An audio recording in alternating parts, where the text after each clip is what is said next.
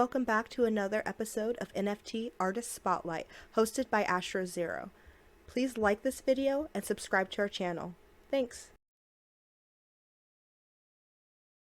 All right, everybody. So tonight on AstroZero Twitter Spaces, we have a very special guest. He's the 2020 Nature Photographer of the Year by International Photography Awards, Ari Rex.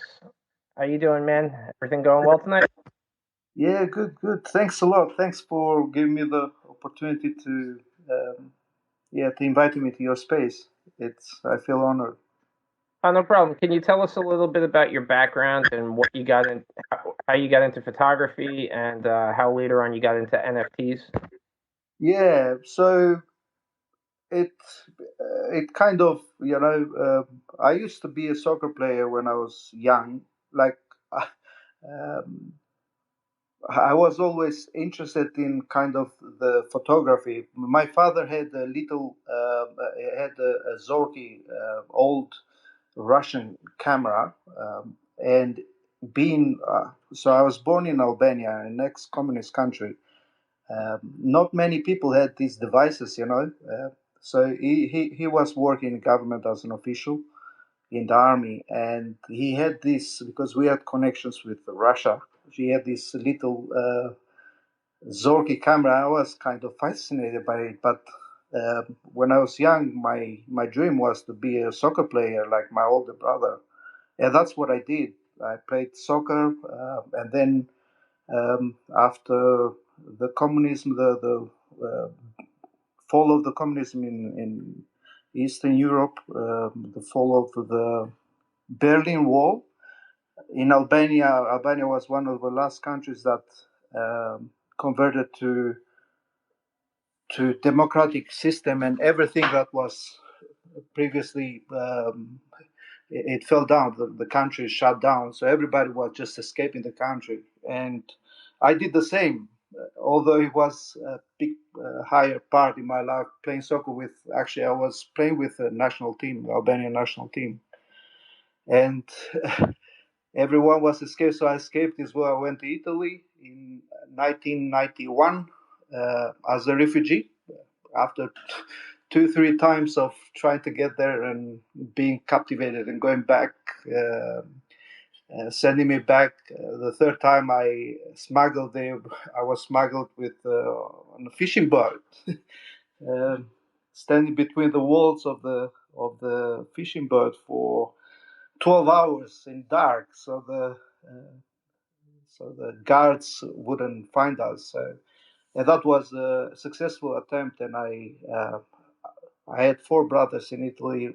They came and rescued me. So I lived in Italy, and I continued to play soccer there. Then I had an injury in my knee, and then I started doing graphic design, something that I used to love. And later on, life to cut it short, I immigrated to Australia, and I was living in Melbourne. I was doing other things like building websites, and I was being a translator, and always photography was like something that I used to do, but mostly like for enjoyment, was an hobby. So in 2010, I moved to Canberra, and because my wife is from here, so we moved here. I found it. I moved here from Melbourne, and it was quite more lie down place. I love the nature. I was going out quite a bit to explore the night sky, and the nature is beautiful here in Canberra. And obviously, with my camera going around and exploring, and I didn't know many people here in Canberra, so my camera was my best friend.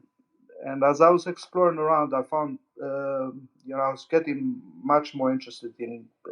Until then, it was a hobby for me. In 2013, I decided, after getting some, posting some of my pictures online and getting some work as well, I decided to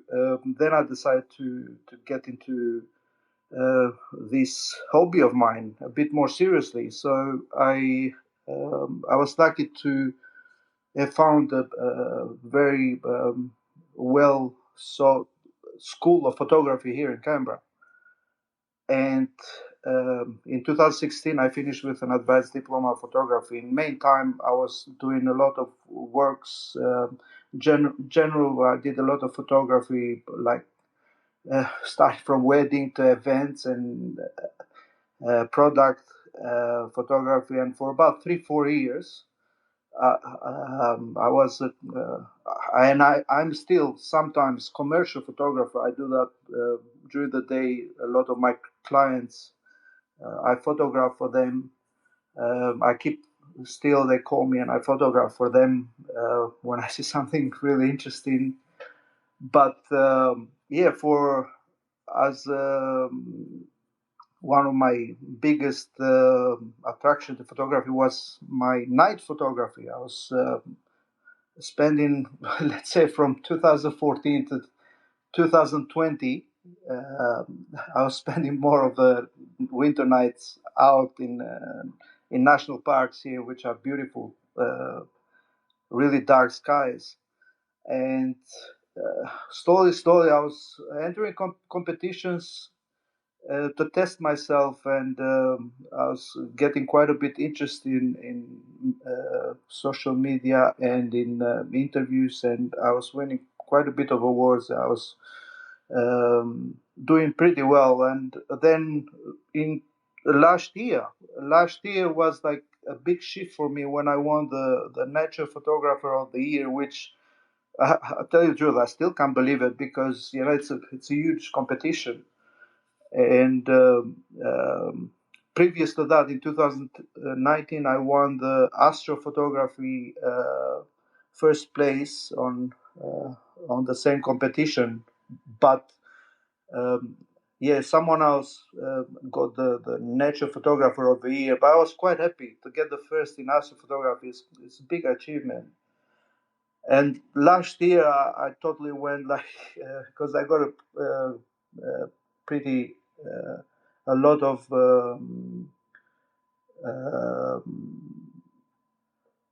yeah, my work was, I got a lot of interest after winning the title, and yes, since then I totally concentrated myself a bit more in night photography and astrophotography, and so that's my main concentration at the moment. I teach astrophotography since 2015 here in Canberra, and yeah, it's something that I really love it. I posted a picture earlier this year. I just posted this morning with people there with hands up, and you can have a look at our amazing skies here in Canberra. So yeah, this is pretty much my story, very concentrated. But yeah, if you have any questions, so I'll be more than happy to answer. So my question is, do you kind of know that you have the perfect picture before you even take it? Like, can you look at the landscape and see something and know that it's going to come out good before you even snap the shot? Well, 100%. It's when you look at the picture, like we always think, oh, but any picture, would I've done the same if I was there at the same time? You probably could, you know. The thing is that with especially night photography, you have to visualize a bit. Kind of you shoot. I basically shoot uh, with uh, uh, with considering all parts of the end product after the edit, you know. So I usually when I shoot for astrophotography, I shoot a bit bright. I use a technique called ETTR, exposed to the right, when I shoot for single shot photographs. So basically, I'm exposing for the darks. but keeping an eye on the highlights. So my picture in the back of the camera, if you look at that picture that I just posted this morning with the people with hands up, so what you see there, if you can bring it up, uh, that picture, it's about a stop and a half brighter than what it is. So it's, in other words, it's brighter than what you see there as an end product. So in edit, I just bring back the exposure. So yeah, it's visualized in a picture before taking it. It's quite important. My brain is always exposing. It's like 24/7 since as soon as I go out, my brain keep exposed, and it's like a normal thing. Even if I go for in grocery shop and I go out and I go in afternoon and we have a beautiful elevated shopping center near my place, and sometimes there's some incredible sunsets behind it, and I just stop there and look at it, and I take a picture with my brain, it's, and sometimes with my camera, with my phone. So it's pretty important to visualize. I mean, a picture, you see it straight away with your eyes. When you find an interesting subject, a foreground subject, you can tell how it is going to come. I mean, the foreground subject is basically the most important thing in astrophotography, because the sky is basically the same, right? The Milky Way position can change according to the whatever time of the year, its location, and time of the day, of the night that you are shooting. But yeah, it's a foreground that makes your picture different to that makes the picture. The first eye, the, the first thing the people see when they see an astro photograph, they see the beautiful colors. I mean, a nightscape of the Milky Way, and then they go inside the picture, and that's like an invitation, right?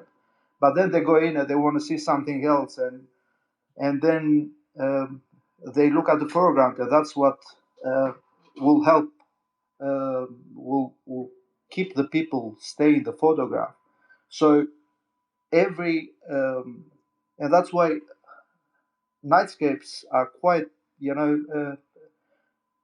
have a lot of techniques, but every time you put there is a subject in front of in the foreground, like when there is a person example, that's another level of difficulty and interest, uh, because you have to make that person stand out so it can be seen. It's hard to show a person with a massive Milky Way and make it stand out. So that's an extra level of difficulty that makes the picture more interesting. And when there is yeah. I saw that you did that with the one picture that you have holding Jupiter. It says that you have one of your photography students standing in the forefront, looking like they're actually grabbing the planet. That was Yes. cool because you have the whole night landscape behind it, but then you have the focal point of your student too. So um, that seems like it takes a lot of planning to do something like that. Do you have to keep yelling to them like shift left, shift right, shift left? Yes. Oh, yeah, yeah, yeah. 100%. When you look at those pictures, you should imagine, like, um, if you look at the pictures, when, especially with that picture, particularly with Jupiter, it's actually a little star that it can't be seen in the back of the on the screen of the camera. uh, you can see just a tiny bit, like a bright thing, and it was quite bright.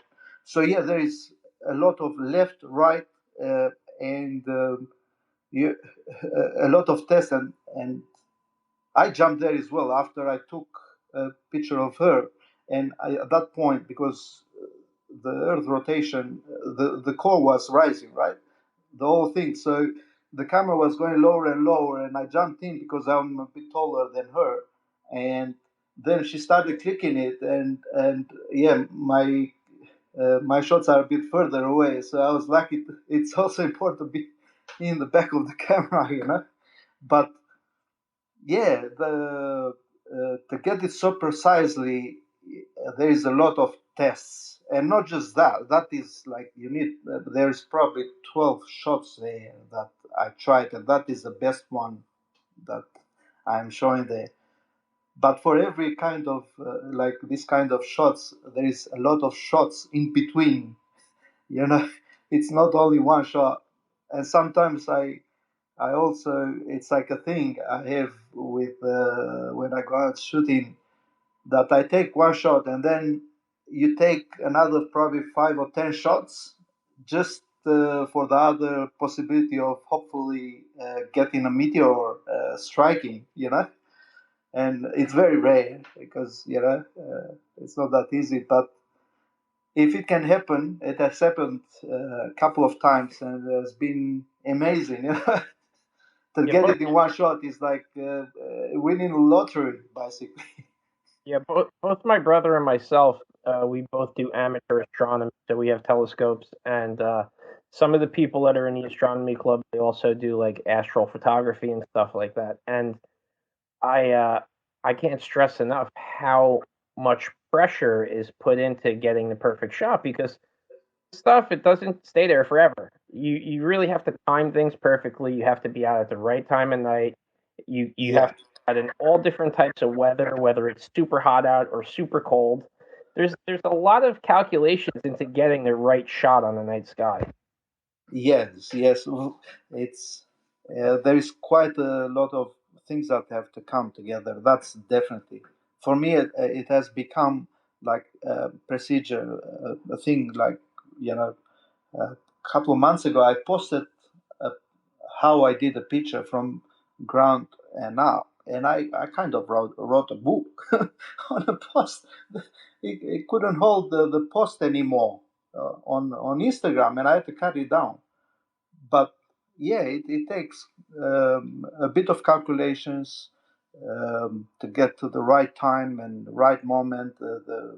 Because yeah, that's one of the things. I mean, there is other possibilities that you can do, like when you replace the sky, and you see a lot of photographs that you can actually go during the day and take a picture, and then you replace the sky, and that's quite easy, you know. But to get the highest quality and getting there on the right time, it's it's quite important, I myself sometimes, like when I do certain shots, because I also sell prints. It's a big part of my business, and to get the noise free shot without using any program, because there's nothing like noise free shot on the camera. um, you see the if you look at noise-free shots that are done by the program, you lose a lot of details in the brightest and darkest area of the Milky Way. It might look, most of people, only photographers go very close to the picture and look at the pixels. I do that myself, but most of people look at the picture a bit further out, and you'll be able to still see the uh, details on the picture um, by when you view it, a big print. So it's important to make it on camera, and sometimes you have to shoot in blue hour to get the proper shot, and wait probably a couple of hours until the Milky Way rises to the position, and then you shoot the Milky Way by tracking it.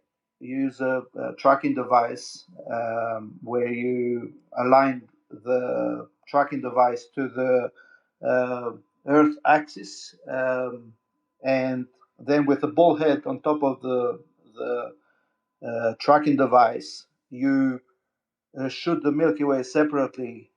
In that way, you get a very high quality picture with a low noise of the Milky Way, and then you can blend the two pictures together. But you have to be careful when you do such a thing, because when you look online, like most of the pictures that are done in this way, there is a different structure. The quality of the foreground with the sky doesn't match. I mean, it looks fine on the on little screens or view it on tablets and stuff, but you will see that when they print it big or when they are in high resolution picture, um, you would be able to see a big difference between foreground and sky, and it doesn't look that natural anymore. So that's something that you see it only on a high end Milky Way, I mean nightscapes pictures where everything just matches, you know. Do you encounter a lot of light pollution in Australia? I live outside New York City, so it's terrible with all the city lights. But how is Yes. it? Yes, that's obviously it's one of the biggest thing. The light pollution. Most of us we live in high density areas. Obviously, Sydney, it's crazy, and Melbourne. But here in Canberra, we are quite lucky in terms of light pollution. You'll be able to photograph the Milky Way right in the middle of the city. I've done it many times. Um, Obviously, when the Milky Way is not so low, it has to be around middle of the sky. And with the technique that I used, that I told you before, with the ETTR exposed to the right, you'll be able to capture it in one shot. But obviously, shooting in a light pollution area, there is a lot more techniques involved. It's easier to go in a dark um, location, but uh, yeah, that is a must. You need to go to a very dark, polluted, artificial light polluted area, and you also have to take in consideration the density, the intensity of the moonlight. So because the brighter the moon at night, it's like the full moon is like, it's like taking a sunlight, you get moonlight. With the cameras being so the sensors so sensitive, we push them up to the maximum with these big lenses that attract a lot of light, and they can capture every things that we can't see. With a long exposure, they can record a lot of light not seen by the eye. So you have to take that in consideration, definitely, and also the quality of the air. Being close, like you have to be in elevated areas. Many of professionals and people that do this for a while, they know that the higher you are from sea level, or there's a lot of reaction on the ground that we can't see. We might see blue sky during the day, but at night it's all, when you look at the shot, it's like you live in a inside the room, foggy. It's like very foggy. So it has to do elevation. The cold helps a lot. So that's why I start workshop when my workshops, also because of the Milky Way location after the sunset. So it works out pretty well for here in Canberra. I start in April my workshops and finish in early November. Because of that, the quality of the air is much cleaner during the winter. And obviously, as you know, here in Australia, all the seasons are upside down compared to the rest of the world. So when now it's second here, but in your location, it's in USA, it's first. So yesterday, first, we started summer here in Australia, so it's pretty warm. Even today, it's pretty warm here. Hey Tess, do you have a question for Ari? Yeah, hi guys. Hi, Ari. Thank you so much for making up this this session this morning. Ari, nowadays we know that for your photos to stand out from the crowd, your photos has to be eye pleasing, and they have to be so catchy. And I'm not sure if you agree with this statement that some people are saying that digital art or photography nowadays is not about photography alone. It's like a combination of both post processing and photography techniques. So I have two questions for you. How much weight are you giving to the post processing? This is my first question. My second question is within the same lines.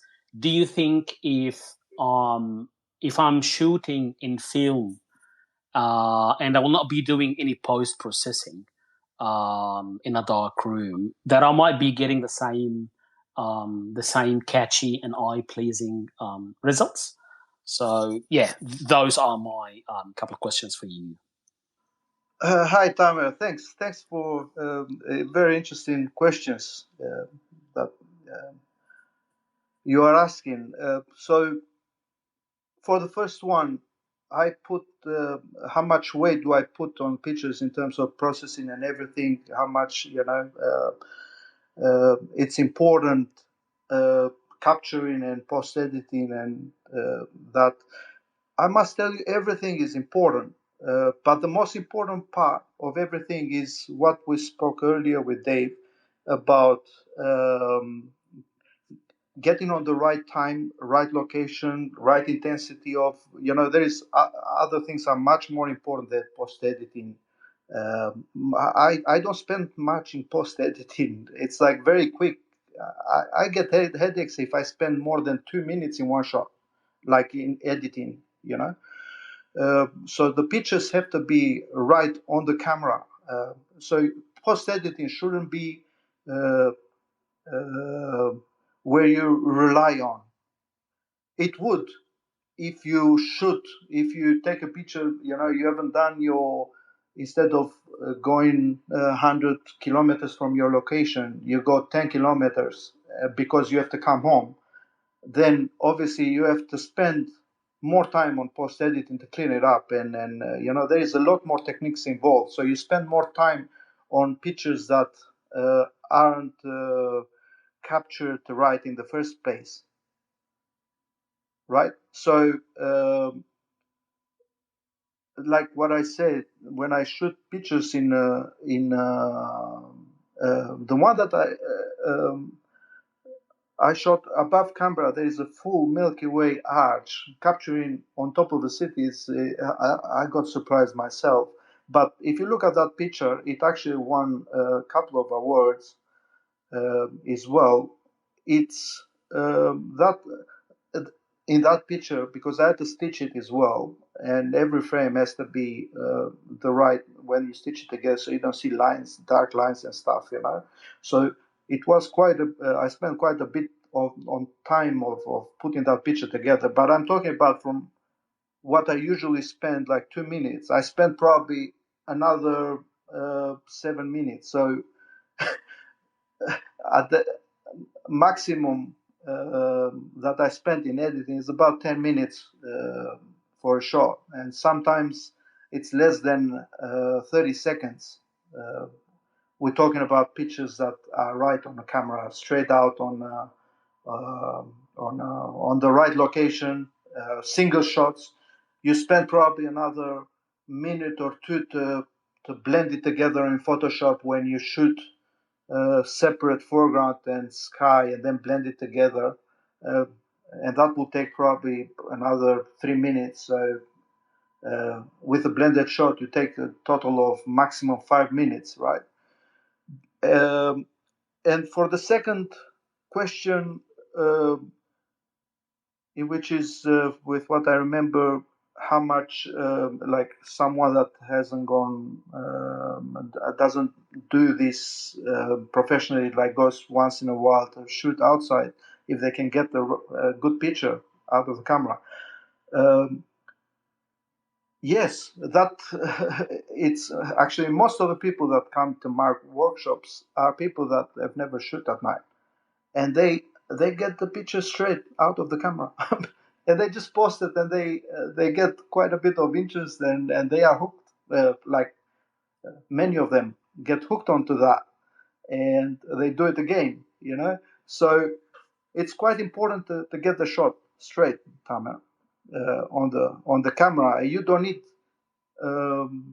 much to spend much time in post editing, and for another reason, like you're always going to need post editing. Most of my work I use Lightroom most of the time. The only time I use Photoshop is when I do the stitching, not the stitching, because when I blend the sky with the foreground. So things that you can't do in Lightroom, you use Photoshop for that.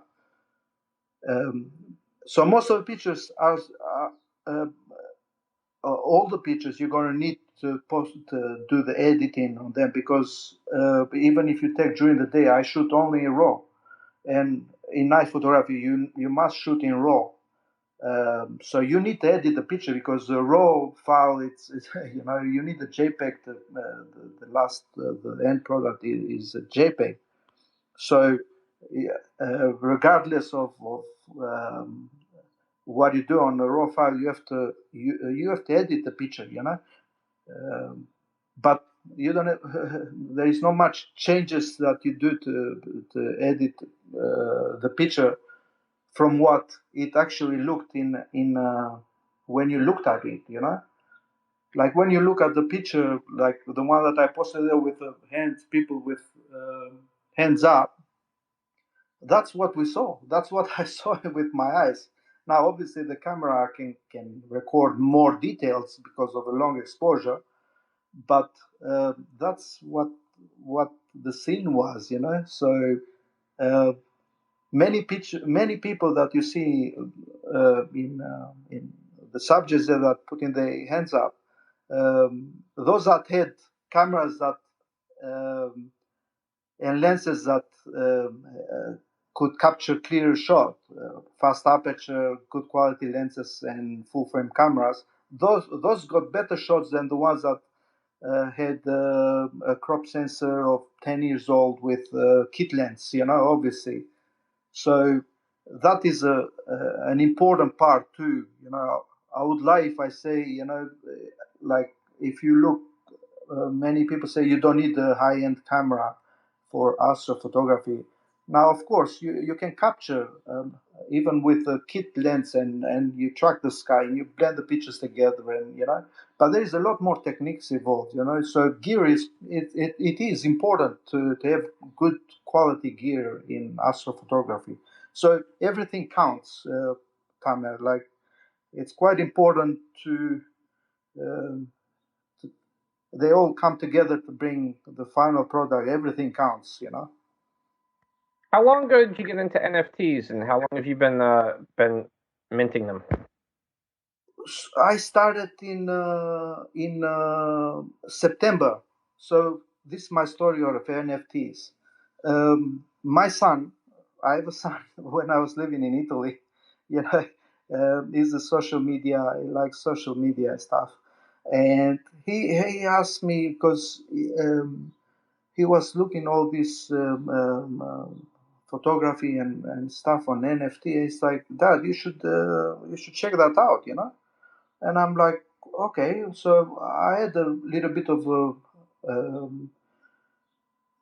a look around, and without knowing how important, having a with Twitter is quite important in NFT stuff, So I thought, okay, I went and checked a bit what is there in OpenSea to see where my work stands, and then I thought, okay, well, I chose some of pictures that I'm really that yeah, all my pictures have a story. All pictures have a story, and there is almost a book to write for each of them, But yeah, I chose a good collection of pictures to post, and I posted them without because I thought, okay, I have a bit of followers in Facebook and Instagram and Facebook group. It's about 40,000 all up, and I thought, okay, well, there should be someone interested in my pictures, and I posted them, And then I realized that I should have done a little bit more research to post my first collection because, like I, I didn't realize at the start that my Twitter was 50 people in September followers. It's an account that I basically I woke it up. It was in hibernation mode for 10 years. Basically, I was using it as a share from Instagram straight, and I still do.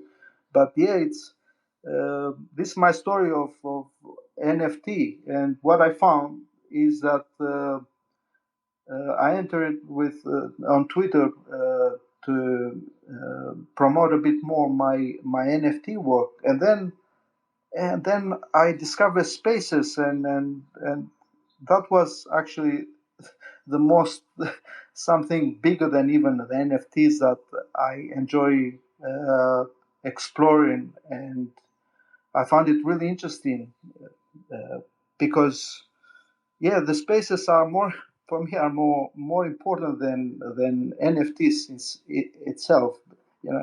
There's nothing like connecting with people that think the same and do the same thing, or people that have similar interests and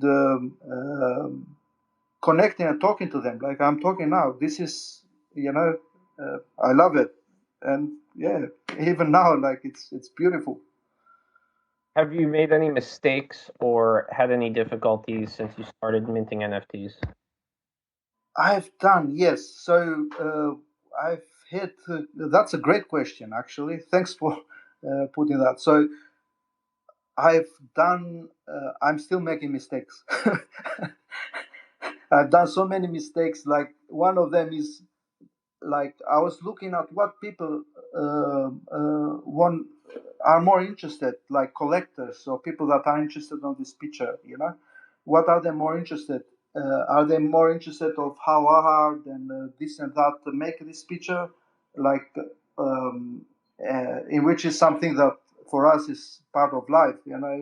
To get the high quality, it's simple to get the high quality picture of the Milky Way.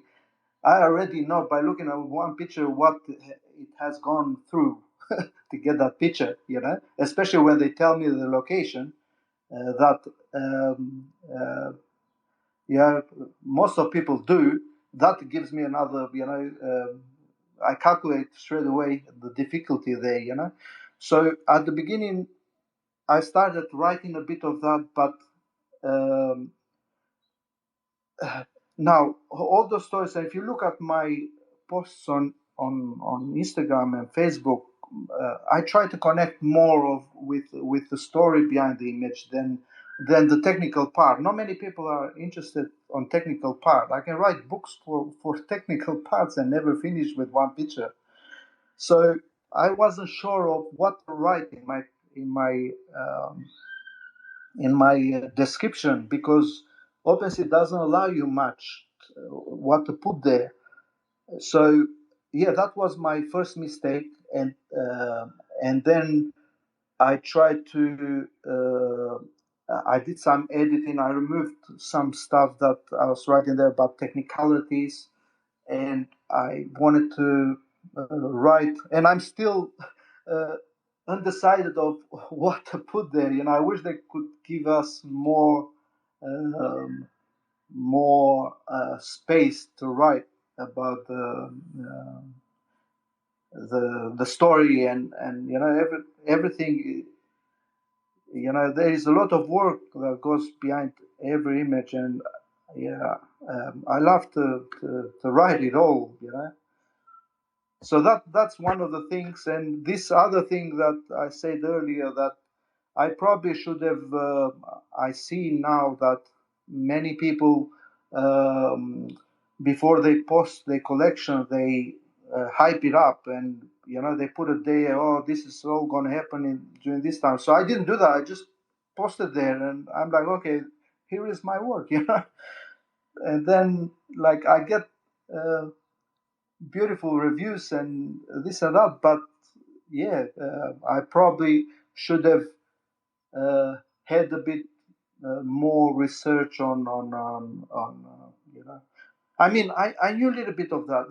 The thing is that I'm a full-time, like, there is, it's a bit hard to do everything in time, I have my work. This is all I do, photography is all I do. But I have during the day, I do my commercial work and my selling of my pictures, my website. I do that all myself. And then on top of that, my little star that was born in the 1st of September. So these last 3 months have been a bit, most of my posting and those times that I've been on space have been with Trixie, my daughter, on me. So, yeah. So how do you go about deciding how much you're going to charge for each one of your NFTs? Do you do it based on the amount of time it takes to photograph? Because in Southern Star Trail, for example, it says you did 600 shots over a 7-hour period. So is that how you kind of determine, like, this is the value of a particular piece versus this is the value of that piece?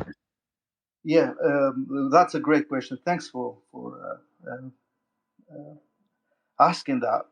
So I don't go much on the time and what it took to get that picture, because that I can never match that. So it's quite, it would be quite a bit more expensive if you calculate the time that I use to charge, like when I do my commercial work, when I get a job, like in a couple of days. Well, the weather is a bit funny. I have to do an outside cinema. It's called Sunset Cinema. So I do the photography here at the night. I have to do some night photography of the um, cinema in outside, right? And I calculate that in terms of the time spent and what it takes me, which is much higher if I go with that calculation on my picture of the Milky Way, if I charge by that time. So this is the way I put on the price that I put my NFTs. I looked at the other works there, and I based a bit on that, but so that was my main thing, based on what is actually there, the quality of the pictures that are already there. On some pictures, I also factored in the how rare that picture is to take. That I know some of the pictures, if you take in single shot, they are almost impossible to take, because there is a lot of work when you try to get that in one picture. And also for some of them, that couple of pictures when I visited Doha in 2018, that's factored in a little bit of my time spent to find those locations, and being far from anyone. So it's a mix mostly. My pictures are based on what work is there, and I know that I can't go lower than what I have now. How they say, I better burn them. Um, and So the value of my work is based on the quality of the pictures that is out there, with factoring in other things as well. Like the time spent. There is a picture there, my most expensive one, that is the Prometheus rising. To take that picture, it's 3 years, right? But to take that picture, I nearly died. It was night. Going, if you read the story there, it's about 100 kilometers from my place. So to get there, I went about 10 times to take that just one picture. And I wasn't still happy with the end product, so I had to buy a lens on purpose to take that picture and go back there, risk it all again, and to stay there on top of the rock. And I on top of the waterfall, which is about 50 meters down, straight on the rocks. I had to dive myself in winter up to my waist to go there on top with my backpack and take a picture of myself again. So it's easy if you can do that yourself by just photoshopping myself there. But no, that picture is so the foreground with me and the waterfall it's one picture itself, and obviously the explosive Milky Way, it's another picture, because that is done by zooming your lens while it is exposing. But that's it. That's how that picture is made. So a bit of I could have lost my life there. In the middle of nowhere. Probably people will find me. A few days later. Who knows? So, the question that I've been waiting to ask you is, when you won the International Photography Award for Best Nature Picture, how did you get discovered? Did you submit something to them, or was this something that they found through your social media? How did you go Oh, recognized for it? okay. So the picture that has got a story on its own. The picture that I won the Natural Photographer of the Year. It's it's actually the lightning. Black Mountain is called, with the lightning. I might post it up here. How can I post it? I wish they had a chat thing that you can post straight pictures onto this. But yeah, my picture that won the first place is lightning. It's a crazy lightning storm that happened in Canberra in 2019 January. So this is what happened with that picture. I didn't think much of the picture first. I mean, it went crazy on social media and stuff. But in terms of when I enter in competitions, I choose generally a little bit less intense pictures. And I didn't think much of it, but a couple of months. That's why I took it in January, the picture, and I didn't enter it in any competition in that year. And about a couple of months before the competition ended in 2020, which was October, so about August or July, something like that, I posted this picture because of I posted it in my social media, and something crazy happened that has never happened to me before. So it got picked up by really big accounts that have millions of people following. So the picture went crazy in social media, like really crazy. And I thought, you know what? So in 2020, my goal was to enter and win again the astrophotography and to hold the title, kind of. So I posted most of the picture astrophotography of my astrophotography, in which that year didn't get not even, it got a couple of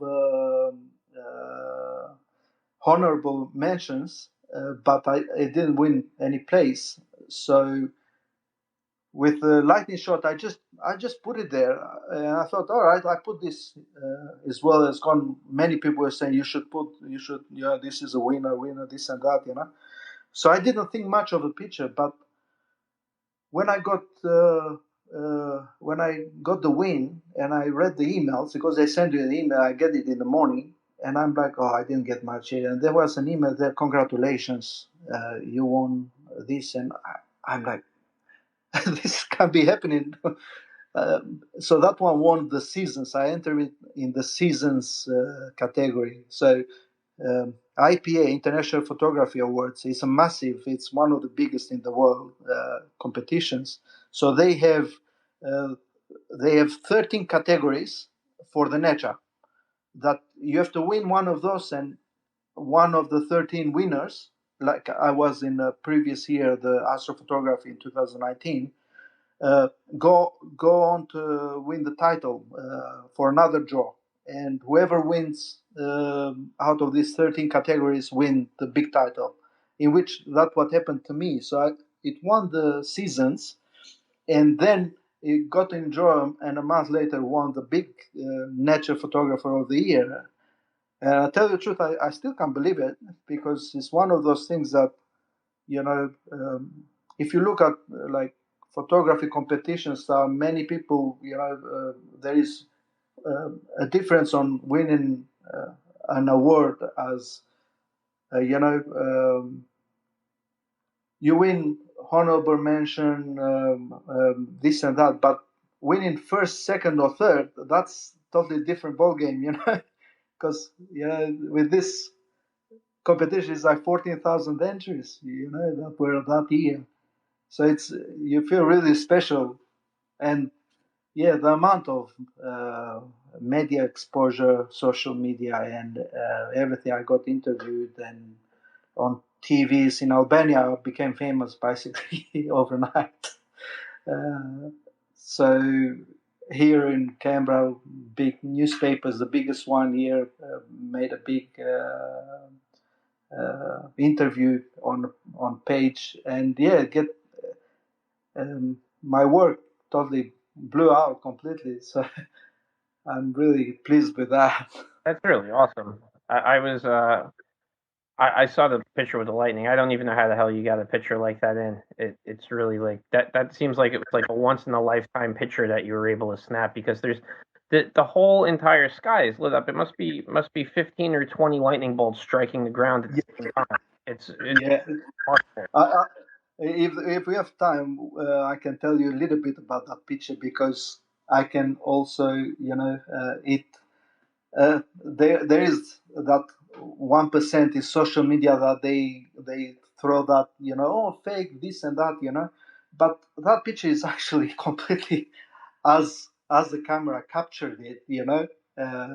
These lightning bolts, they are pretty awesome here in Canberra, and to get that picture, when you see a lightning picture like that, there is a lot of things going on to capture that, and planning is one of the most important things, like in night photography, like astrophotography as well.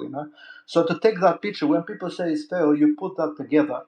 So this is how that picture is done, and I explain it there, but you can't write much on a picture there, on the details. So to get that picture, I did something that I've never done it before. So I chose a long focal length lens, 70 to 200, because on the location that I placed myself. So this is how it goes. When the storm comes, you have to, many people go where, like sometimes you get caught on it, but I am at the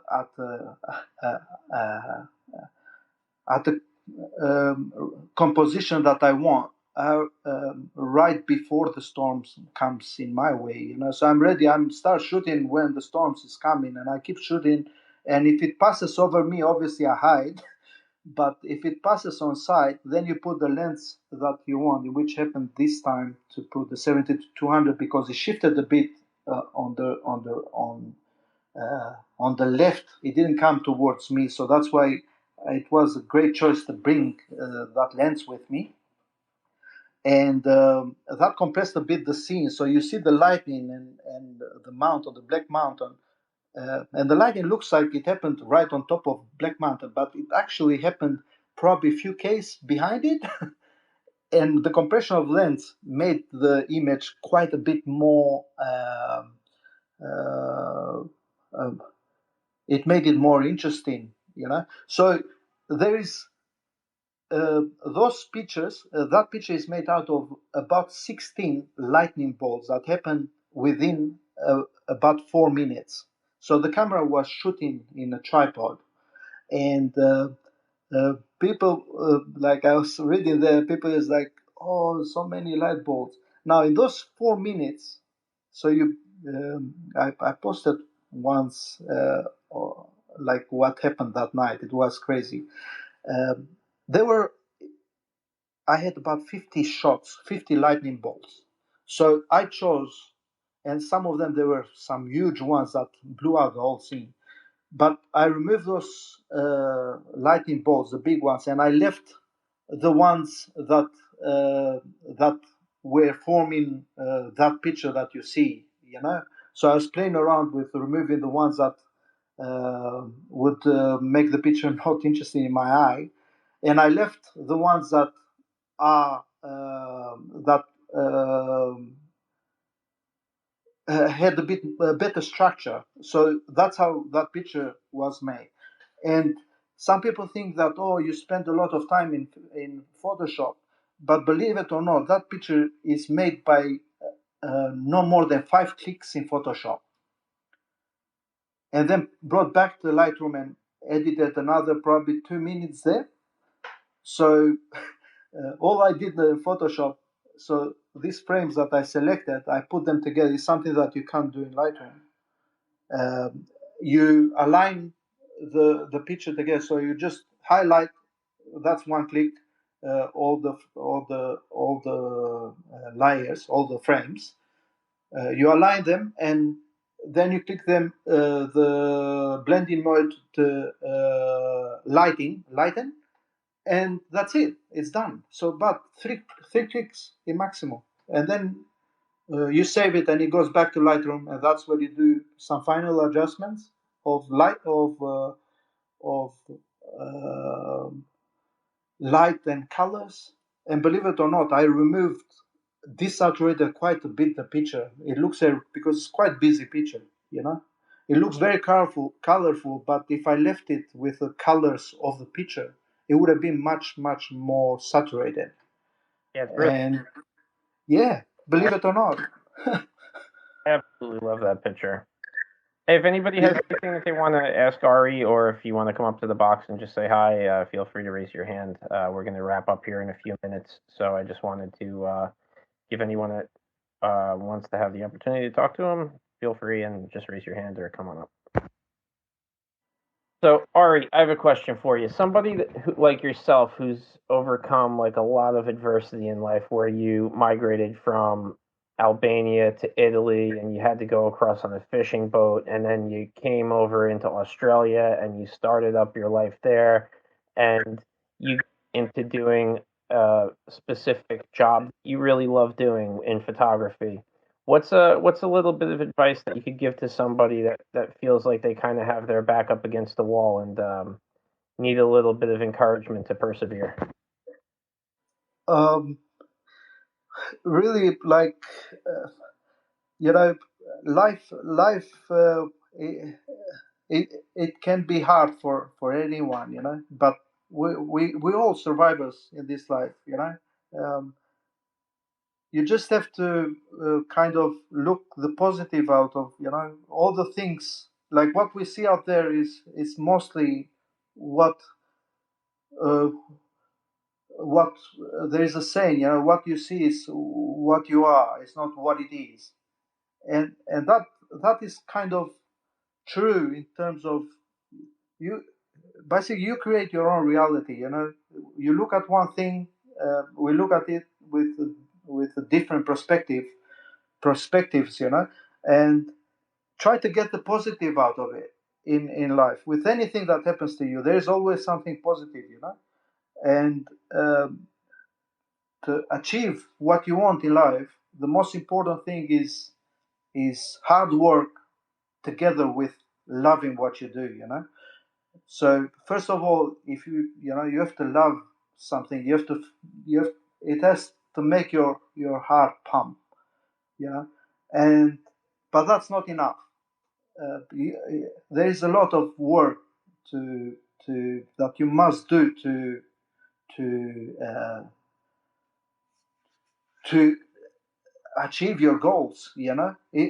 Don't stop yourself on just you love something. I mean, everybody loves something. We all love what we do, but it's how much work you put on it. So that is these two together. They go together.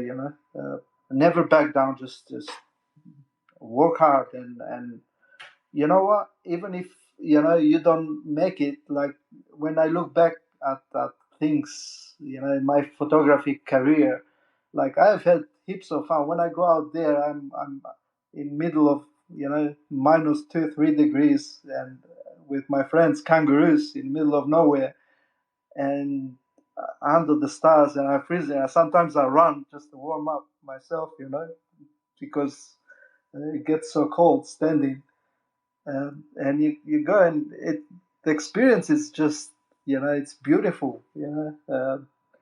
So the worst case scenario, you'll pass an awesome time from doing what you love, and it doesn't matter. In the end, we live in times where most of the people that have internet, they have food, no matter what quality of food. At the end of the day, you have somewhere to put your head and food, and that's the most important thing. Everything else is just hyped up. It's nonsense. You don't need much in life to enjoy yourself. I Just yeah.